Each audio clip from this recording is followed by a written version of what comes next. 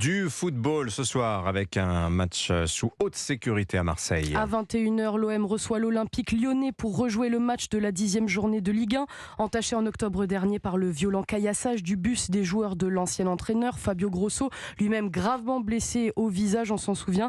Ce match pourra-t-il enfin se disputer dans un climat serein?